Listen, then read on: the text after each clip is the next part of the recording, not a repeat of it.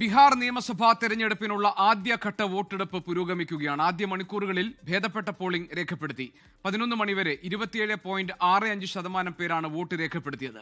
ഈ മാസം 14-ന് മഹാസഖ്യം സർക്കാർ അധികാരത്തിലെത്തുമെന്ന് മഹാസഖ്യത്തിന്റെ മുഖ്യമന്ത്രി സ്ഥാനാർത്ഥി തേജസ്വി യാദവ് പറഞ്ഞു. उम्मीद हम लोग जीतेंगे, सब लोग जीतेंगे, बिहार जीतेगा। 18 तारीख को बदलेंगे सरकार, 18 तारीख को बदलेंगे सरकार, 14 को नई सरकार मिलने वाली है। ശ്രീനാഥ് ചന്ദ്രൻ ഞങ്ങളുടെ പ്രതിനിധിയുണ്ട് വിവരങ്ങളുമായി പട്നയിൽ നിന്ന്. ശ്രീനാഥ്, ഒന്നാം ഘട്ട പോളിംഗ് എങ്ങനെയാണ് പുരോഗമിക്കുന്നത്? എന്തൊക്കെയാണ് അവിടെ നിന്നുള്ള വിവരം? ഏതെങ്കിലും തരത്തിലുള്ള തടസ്സങ്ങളോ അക്രമ സംഭവങ്ങളോ ഒക്കെ റിപ്പോർട്ട് ചെയ്യപ്പെടുന്നുണ്ടോ? ശ്രീനാഥ്, എന്തൊക്കെയാണ് വിശദാംശങ്ങൾ?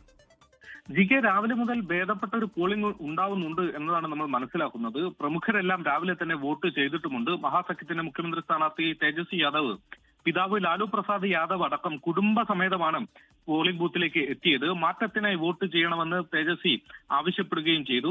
മക്കളായ തേജസ്വിയും തേജ് പ്രതാപും ഇപ്പോൾ ഒരുമിച്ചല്ലെങ്കിലും രണ്ടുപേർക്കും അമ്മ എന്ന നിലയിൽ വിജയാശംസകൾ നേരുന്നതായി റാബറി ദേവിയും മാധ്യമങ്ങളെ കണ്ടപ്പോൾ പറയുകയും ചെയ്തു. നിതീഷ് കുമാർ, നിലവിലെ ഉപമുഖ്യമന്ത്രി സാമ്രാജ് ചൌധരി അടക്കമുള്ളവരും ഇതിനോടകം തന്നെ വോട്ട് രേഖപ്പെടുത്തിയിട്ടുണ്ട്.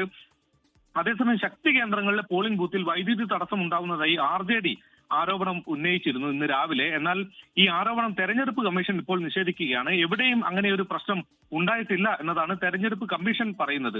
അതേസമയം പോളിംഗ് സ്റ്റേഷനുകളിലെ തത്സമയ CCTV ദൃശ്യങ്ങൾ ഡൽഹിയിലെ തെരഞ്ഞെടുപ്പ് കമ്മീഷൻ ആസ്ഥാനത്തെ കൺട്രോൾ റൂമിൽ ഇരുന്ന് മുഖ്യ തെരഞ്ഞെടുപ്പ് കമ്മീഷണർ നിരീക്ഷിക്കുന്നുണ്ട്. അദ്ദേഹത്തോടൊപ്പം 2 തെരഞ്ഞെടുപ്പ് കമ്മീഷണർമാരും ഉണ്ട്. മലേഷ്യ, ഇന്തോനേഷ്യ, കൊളംബിയ, ഫ്രാൻസ് അടക്കമുള്ള രാജ്യങ്ങളിൽ നിന്നുള്ള തെരഞ്ഞെടുപ്പ് ചുമതലയുള്ള പ്രതിനിധികൾ അവരുടെ രാജ്യങ്ങളിലെ തെരഞ്ഞെടുപ്പ് കമ്മീഷനുമായി ബന്ധപ്പെട്ട ആളുകൾ ബീഹാറിലെ തെരഞ്ഞെടുപ്പ് നേരിൽ കാണാനായി എത്തിയിട്ടുമുണ്ട്. ചില ബൂത്തുകളിൽ അവർ നേരിട്ടെത്തി സന്ദർശനം നടത്തുകയും ചെയ്തിട്ടുണ്ട്. ഏതാണ്ട് 18 ജില്ലകളിലായി 121 മണ്ഡലങ്ങളിലേക്കാണ് ഇന്നിപ്പോൾ ജനം വിധി എഴുതുന്നത്. ഭേദപ്പെട്ട നിലയിലുള്ള പോളിംഗ് ആണ് ബീഹാറിൽ. ആദ്യഘട്ട വോട്ടെടുപ്പ് നടക്കുമ്പോൾ ശ്രീനാഥ് ചന്ദ്രൻ റിപ്പോർട്ട് ചെയ്യുന്നത് പട്നയിൽ നിന്ന്.